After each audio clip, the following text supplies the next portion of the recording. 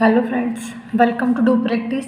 तो आज हम डिस्कस करेंगे class 11th chapter 2 basic accounting terms का सेकेंड पार्ट, जिसमें हम डिस्कस करेंगे कैपिटल का मीनिंग, ड्राइंग का मीनिंग और लायबिलिटी का मीनिंग। मतलब हम नेक्स्ट 3 टर्म डिस्कस करेंगे। पहले 3 टर्म हम डिस्कस कर चुके हैं, उसकी वीडियो आप जाकर चैनल पर देख सकते हैं। तो हमारी फर्स्ट टर्म आती है आज की वीडियो की, कैपिटल। कैपिटल क्या होती है, जिसको हम हिंदी में पूंजी कहते हैं। मतलब जब भी कोई बिजनेसमैन, जब भी कोई एक पर्सन बिजनेस स्टार्ट करता है, तो जो बिजनेस स्टार्ट करने से पहले जो भी वो पैसा बिजनेस में लगाता है उसको हम कैपिटल कहते हैं। फॉर एग्ज़ाम्पल, अगर हमें कोई एक चेयर या फर्नीचर का बिज़नेस स्टार्ट करना है, तो उस बिज़नेस को स्टार्ट करने से पहले हमें सब बोलते हैं कि भाई हमने 5 लाख रुपए लगा के बिज़नेस शुरू किया, ये हमने 10 लाख रुपए लगा के बिज़नेस शुरू किया। तो जो पैसा हमने बिल्कुल स्टार्टिंग में बिज़नेस में डाला, 5 लाख या 10 लाख, वो हमारी क्या बन जाती है, कैपिटल। मतलब स्टार्टिंग में जो आप पैसा अपने बिजनेस में डालते हैं वो आपकी क्या बन जाती है, कैपिटल। अब चाहे वो जो पैसा है वो कैश फॉर्म में हो या वो चीज़ें गुड्स फॉर्म में हो। गुड्स मतलब कि आपके पास कोई जो रॉ मटेरियल है आपने वो यूज़ किया है, या आपने कोई एसेट, मतलब कि फर्नीचर बनाने के लिए आपको एक फैक्ट्री की नीड थी और आपके पास ऑलरेडी एक जो है प्लॉट था, तो आपने वो प्लॉट भी एज ए उस बिज़नेस में यूज़ कर लिया। तो जो आपने प्लॉट यूज़ किया है, खाली प्लॉट आपने जो यूज़ किया है, या आपने कोई बिल्डिंग यूज़ की है, तो खाली प्लॉट या बिल्डिंग जो हमने अपने बिजनेस में यूज़ की है उसको भी हम क्या मानेंगे, कैपिटल।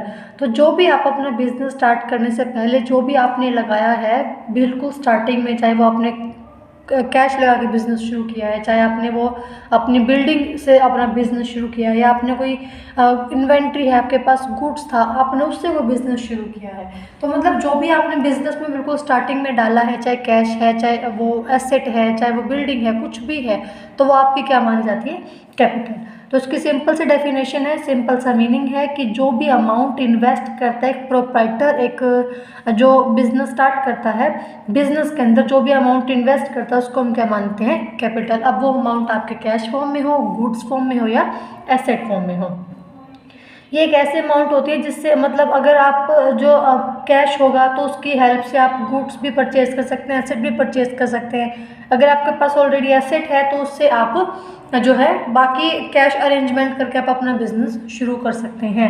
तो अगर हम सीधे सा ये हुआ कि कैपिटल को हम कैसे कैलकुलेट करते हैं, कैपिटल को हम कैलकुलेट करते हैं एसेट माइनस लायबिलिटीज़। मतलब हम आगे आने वाली वीडियोस में देखेंगे कि एसेट्स क्या होती है, और आज की वीडियो में हम लायबिलिटी डिस्कस करेंगे, जिससे आपको बिल्कुल सिंपल सी इक्वेशन निकलती है, और जो काफ़ी इंपॉर्टेंट इक्वेशन है क्लास 11th के अंदर, कि कैपिटल हम कैसे कैलकुलेट करते हैं, एसेट माइनस लायबिलिटीज़। एसेट मतलब कि जो पैसा आपके पास इस टाइम है, चाहे वो पैसे फॉर्म में हो, कैश फॉर्म में हो, चाहे वो किसी मशीनरी, चाहे किसी फर्नीचर के फॉर्म में हो, और लायबिलिटीज़ मतलब जो आपको बाहर का देना है। ठीक है, तो जो आपके पास, जो आपको लेना है, जो आपके पास है, उसमें से अगर मैं देनदारी अपनी माइनस कर दूं तो मेरी क्या निकल के आती है, कैपिटल।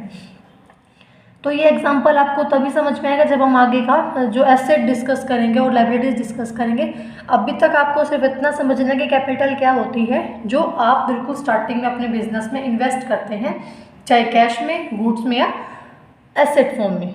ठीक है, कैपिटल को हम ओनर इक्विटी भी कहते हैं, इसको हम नेट वर्थ और नेट एसेट भी कहते हैं। ये आपको इसका पता होना चाहिए कि कैपिटल को हम ओनर इक्विटी भी कह सकते हैं या नेट वर्थ कहें। अगर कोई पूछे कि आपके बिजनेस की नेट वर्थ कितनी है, मीन्स आपके बिजनेस की कैपिटल कितनी है, आपके बिजनेस का जो आपने कितना अपने इन्वेस्टमेंट की है बिजनेस में, प्रोप्राइटर ने।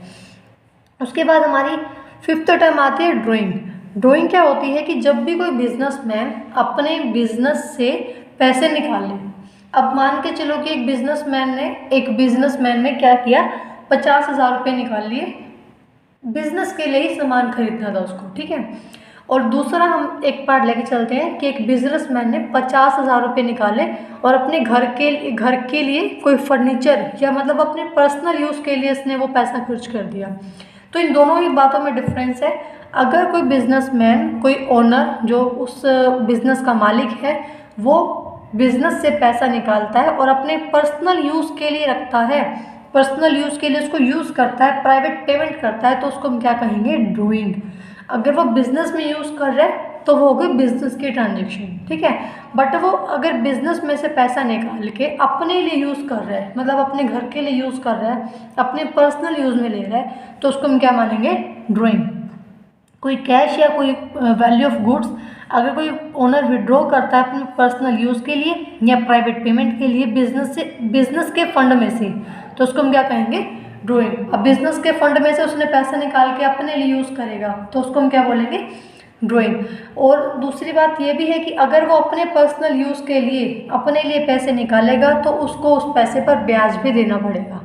सिंपल सी बात है। देखो, अगर वो कहीं बाहर से भी पैसा लेता तो उसके ऊपर भी उसको ब्याज देना पड़ता। तो यहाँ पर उसने क्या कहा है कि अगर वो बिजनेस से पैसा लेगा अपने यूज़ के लिए, खुद के यूज़ के लिए, तो उसको उसके ऊपर भी ब्याज देना पड़ेगा, मतलब उसको इंटरेस्ट ऑन ड्रॉइंग पे करना पड़ेगा। उसके बाद हमारी 6th टर्म आती है और आज की लास्ट टर्म डिस्कस कर रहे हैं, लायबिलिटी। लायबिलिटी क्या होती है कि वो अमाउंट जो एक ओनर को, जो एक मालिक को बाहर के मतलब आउटसाइडर्स को पे करनी होती है।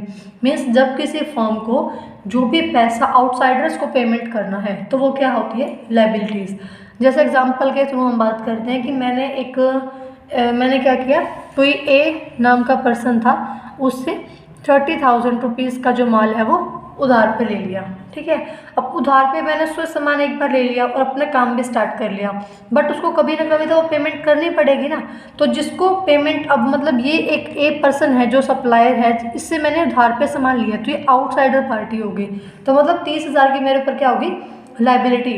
तो सिंपल सा मीनिंग क्या हुआ कि जब भी एक फर्म आउटसाइडर्स को जो भी उसको पेमेंट करनी होती है, चाहे वो बैंक है, जैसे मैं बैंक से लोन ले लूँ, या मैं किसी दूसरी पार्टी से लोन ले लूँ, या मैं किसी से उधार पे सामान जो है खरीद लूँ, ठीक है। तो या मैं जो है किसी को वेजेस, मतलब किसी को मेरे को सैलरी देनी थी और मैं उसको सैलरी नहीं दे पा रही हूँ, तो उसको कभी ना कभी तो देनी पड़ेगी, मतलब नेक्स्ट मंथ नेक्स्ट ईयर देनी पड़ेगी उसको, तो वो मेरे ऊपर क्या मानी जाएगी, लायबिलिटी। तो सिंपल सा कि जब आपको आउटसाइडर, मतलब जब आपको बाहर की पार्टी को पेमेंट करनी है तो वो क्या मानी जाती है, लायबिलिटी। अब यहाँ पे बाहर की पार्टी मतलब ये नहीं है कि वो बिल्कुल बिजनेस में भी, वो बिजनेस के अंदर भी, वो बिजनेस के बाहर भी, मतलब उसको अपने से अलग जिसको भी पेमेंट करनी है वो क्या मानी जाती है, लायबिलिटी। जैसे कैपिटल हमारी निकलती है एसेट माइनस लायबिलिटीज़, तो वैसे लायबिलिटीज़ कैसे निकलेंगी। अब लायबिलिटीज़ को अगर हम यहाँ पर लेके आए तो क्या हो जाएगा, एसेट माइनस कैपिटल। सिंपल सी इक्वेशन और हर जगह आपकी काम आएगी।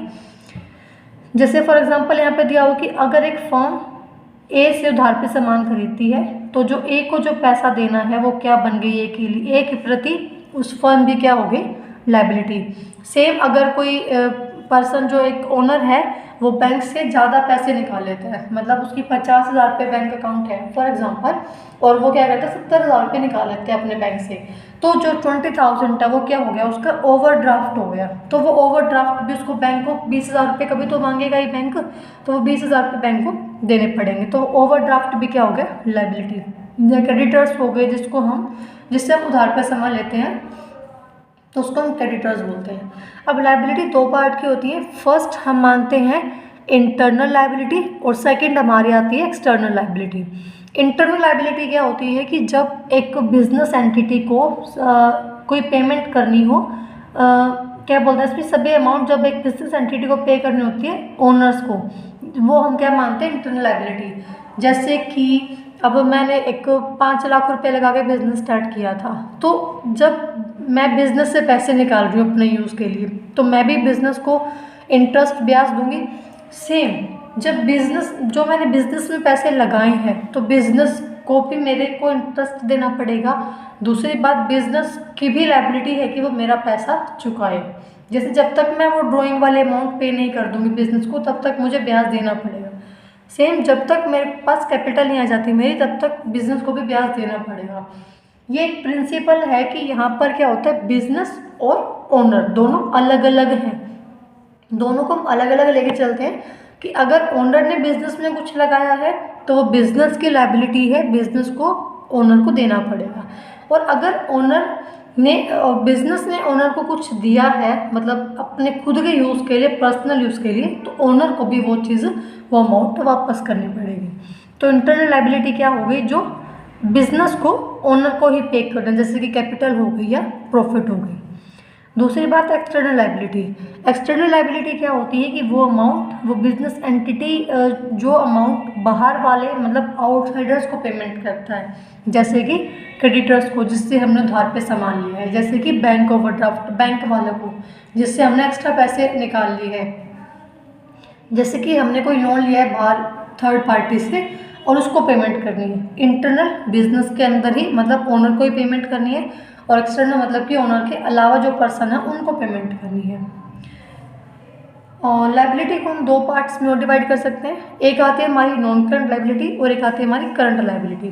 नॉन करंट लाइबिलिटी क्या होती है, वो लाइबिलिटी जो हम 1 साल से ज़्यादा टाइम पीरियड के बाद भी पे कर सकते हैं, जैसे कि जो लॉन्ग टर्म लोन होते हैं, डिबेंचर्स होते हैं। लॉन्ग टर्म लोन जो आपने 5 साल के लिए लोन लिया है तो उसको आप 1 साल में पे नहीं, ज़रूरी नहीं मतलब आप उसको 1 साल में पे नहीं करोगे जो आपने 5 साल के लिए है। तो नॉन करंट, करंट मीन्स क्या होता है कि 1 साल होना, करंट मतलब 1 साल होना, नॉन करंट मतलब 1 साल से ज़्यादा का टाइम पीरियड के लिए जो लाइबिलिटी होती है वो हमारी होती है नॉन करंट लाइबिलिटी।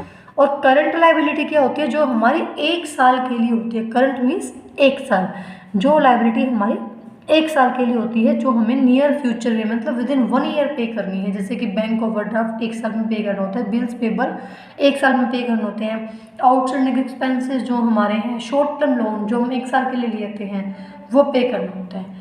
तो सिंपल सा कंसेप्ट था, आई होप आपको समझ में आया होगा। कोई डाउट है तो प्लीज़ कमेंट सेक्शन में कमेंट कीजिए, और वीडियो के लिए को लाइक कीजिए, अगर आपको अच्छी लगी है तो चैनल को सब्सक्राइब कीजिए और अपने फ्रेंड्स के साथ वीडियो को शेयर कीजिए। और टेलीग्राम ग्रुप का लिंक आपको डिस्क्रिप्शन में मिल जाएगा, वहाँ से जाकर आप टेलीग्राम ग्रुप लिंक ज्वाइन कर सकते हैं।